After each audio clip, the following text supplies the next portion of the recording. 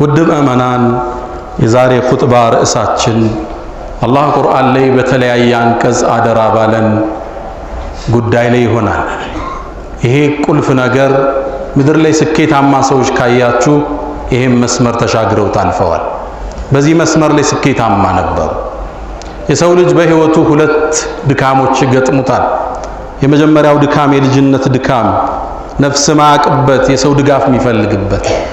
ሁለተኛው ወጣትነትና ጉልምስናን አልፎ የእርጅና እርከን ላይ ይደርሳል። ያኔ ከልጆቹ ድጋፍ፣ እርዳታ፣ እንክብካቤ ወላጆች ይፈልጋሉ። ትንሹ ነው ተንከባከበው እንዳሳደጉ ትልቁ ነው ተጠብቃቸው ዘንድ ያንተ ጥገኛ ይሆናል። ያኔ ያለ አላህ ወኽፊድ ለሁማ ጀናሐ الذل من الرحمة ከመተናነስ የሆነ ክንፍህን አንጥፍላቸው።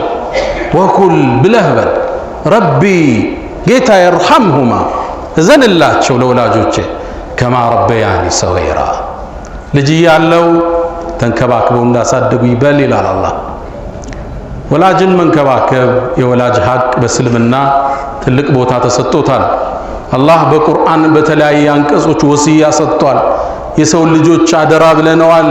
ቢዋሊደይሂ ኢሕሳነን ቢዋሊደይሂ ሑስነን በተለያየ አንቀጾች አምጥቶታል። በል ከተከበረው ተውሂድ ጋር ፍጥረት ዓለሙ ከተፈጠረበት ቁም ነገር ጋር አቆራኝቶ በዋውል አጥፍ አምጥቶታል።